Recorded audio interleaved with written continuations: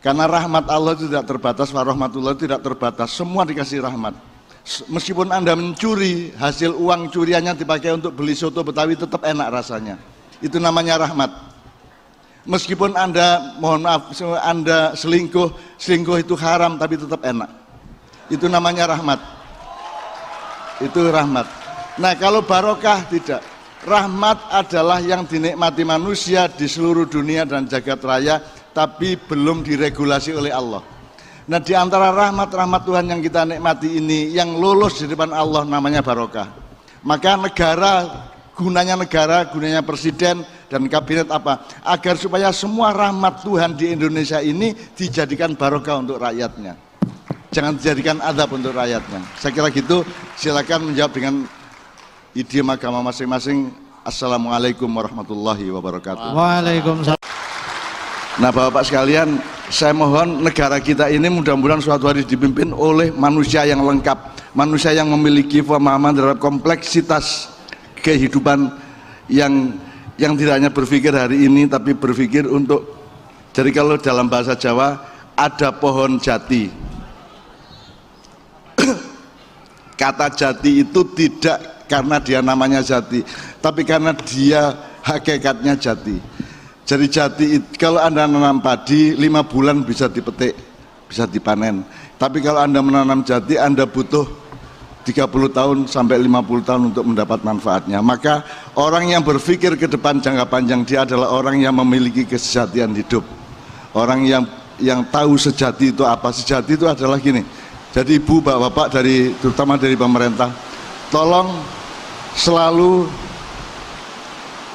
zaman ini kan merupakan proses replikasi, proses regenerasi, proses pewarisan, proses untuk menumbuhkan apa yang lebih baik. Jadi tolong segala sesuatu yang kita transformasikan ke masa depan, ke anak-anak kita, ke sekolahan, kemana, itu adalah kualitas yang terbaik.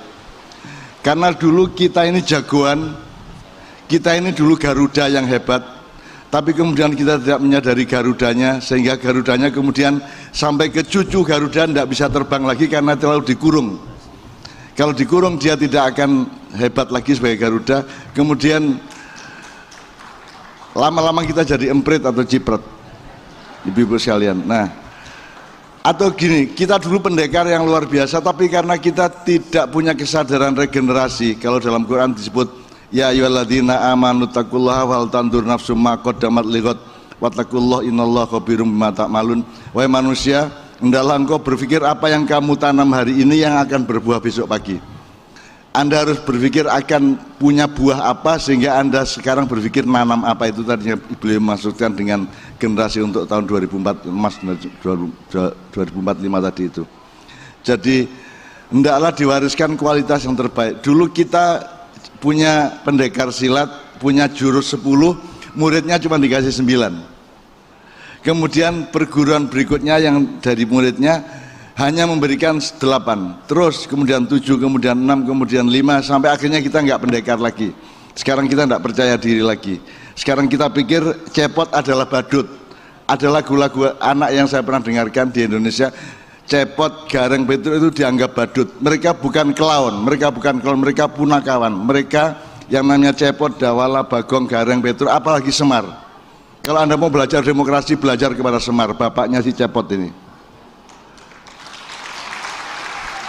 Jadi Indonesia ini tidak usah nunggu Trump atau Amerika atau siapapun untuk menjadikan ini bukan negara berkembang tapi negara dunia kedua atau ke-1. Bagi kita mereka nomor 2, kita nomor 1.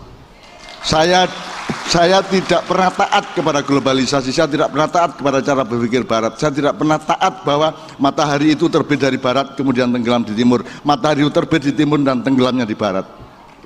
Jadi kenapa kita bangga? Sejak tahun 70-an kita disebut the third world country, kita adalah negara dunia ketiga, terus kita bangga, terus sekarang kita dinaikkan menjadi negara dunia kedua. Saya sejak kecil, sejak saya SD, sejak saya di pondok, saya tidak mau taat pada semua pengetahuan itu. Saya bilang Indonesia ini adalah manusia nomor 1, bangsa nomor 1, rakyat nomor 1, dan lingkungan kehidupan nomor 1 yang tidak ada dimanapun saja. Tidak ada. Tidak ada jumlah orang kreatif melebihi orang Indonesia. Tidak ada pemenang Olimpiade internasional melebihi orang Indonesia. Semua juara anak kita. Cuman begitu gede mereka dibunuh oleh pemerintahnya, dibunuh oleh sistemnya. Tidak ada warung sebanyak di Indonesia, tidak ada makanan sekreatif dan sebanyak di Indonesia. 1 kilometer bisa 1000 warung di sini.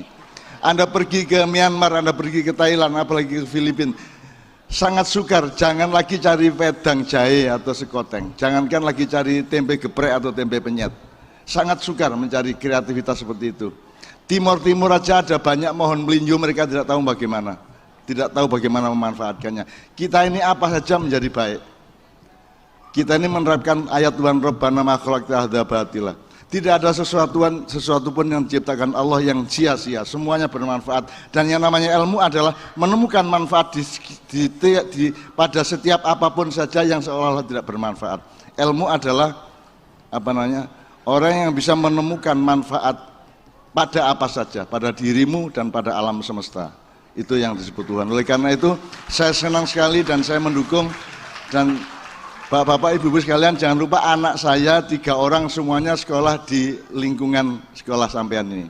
Dulu di Jogja, kemudian sekarang di Bogor, yang satunya sudah keluar, tapi semua anak saya semua dipilihkan oleh ibunya untuk sekolah hanya di sini, karena disinilah laboratorium untuk manusia masa depan. Disinilah di jaringan sekolah Hismet inilah masa depan diolah dengan jernih, dengan tertata, dengan terukur, dan dengan akurasi-akurasi yang sangat diilmiahkan satu sama lain. Saya mohon maaf saya agak berkepanjangan karena saya sebenarnya agak cemas kepada apa yang terjadi di Republik dan di dunia ini. Jangan perbanyak tram-tram lah. Tram satu saja di Indonesia, tram di Indonesia cuma satu, Bu. Terbelah, habis gelap terbelah tram itu ya. Kalau saya tanya begitu. Mari kita bangga tidak karena orang lain bilang kita ini bangga. Kita ini hebat bukan karena orang lain, misalnya gini, Anda bayar untuk mendapatkan rekor muri. Anda bayar dan Anda dapat rekor apa? Terus dapat pengakuan dan sertifikat. Saya ingin bilang, muri sendiri tidak punya rekor. Kenapa Anda menjadi bangga kalau diakui oleh orang yang sebenarnya tidak punya kebanggaan apa-apa? Kan begitu. Kenapa saya tidak sekolah? Karena saya tanya, kalau Anda S1 kan harus dilantik oleh S2. S2 harus dilantik oleh S3. Sekarang saya tanya, dulu sarjana pertama yang melantik siapa? Yang legitimasi bahwa dia sarjana siapa? Siapa dulu? Berarti tidak ada dulu. Karena waktu itu baru gini, belum ada sarjana yang sah sejak awal kalau urusannya adalah struktur otoritas. Karena tidak ada dokter Andes atau apapun yang tidak diresmikan oleh yang lebih tinggi tingkat akademisnya. Nah sekarang saya tanya, ketika sarjana pertama dilantik, yang ngelantik siapa? Oleh itu sebabnya makanya saya tidak sekolah, karena saya dulu yang melantik sarjana yang pertama, kan gitu. Bapak sekalian, saya mohon maaf, saya ingin kita semua bersyukur pada Allah. Anak-anak kita ini luar biasa Ibu. Mereka tahun kemarin di New York di jenis Olimpiade itu mereka bukan hanya juara, mereka memborong semua reputasi itu diborong oleh Republik Indonesia, dan hanya Indonesia yang punya seperti itu. Tuhan sama Indonesia itu luar biasa. Dulu Indonesia itu tidak ada di dalam peta dunia, kemudian ada konflik di surga, terus sehingga mereka ada peperangan, terus ada tanah dari surga yang jatuh ke bumi, dan itu yang disebut Indonesia. Manusianya juga seperti itu. Maka saya menemani teman-teman Turki sekitar 50-60 orang, saya temani dengan segala totalitas yang saya punya di Indonesia, karena saya senang mereka mau menjadi warga negara Indonesia, Bu, dan mereka orang yang luar biasa, mereka orang yang tidak punya komplek-komplek lagi seperti kita di sini. Oke, saya kira begitu yang bisa saya kemukakan. Saya mohon maaf kalau saya agak berkepanjangan, tapi because I love you all. Karena saya berharap kepada anak-anakku semua, kamu yang pegang masa depan, ambillah benih yang terbaik dari inspirasimu dan lakukanlah dengan kualitas yang terbaik, maka engkau akan melahirkan masa depan yang berkualitas terbaik, bukan hanya yang lebih baik, tapi berkualitas terbaik. Oke, sekali lagi saya akan ucapkan salam dan janji untuk saling menyelamatkan. Saya mohon izin. Assalamualaikum warahmatullahi wabarakatuh. Itu satu proses apa ya, teknokrasi peradaban. Jadi aslinya itu berbunyi assalamu warahmatullahi wabarakatuh alaikum. Kemudian dibikin retorika assalamualaikum baru koma warahmatullahi koma wabarakatuh. Itu artinya saya sebagai sama manusia makhluk Tuhan menyatakan bahwa kita akan saling mendukung, kita akan saling memaafkan, kita saling menguatkan, kita akan saling menyelamatkan satu sama lain dengan assalamualaikum, supaya warahmatullahi ini bisa ditransformasi menjadi wabarakatuh.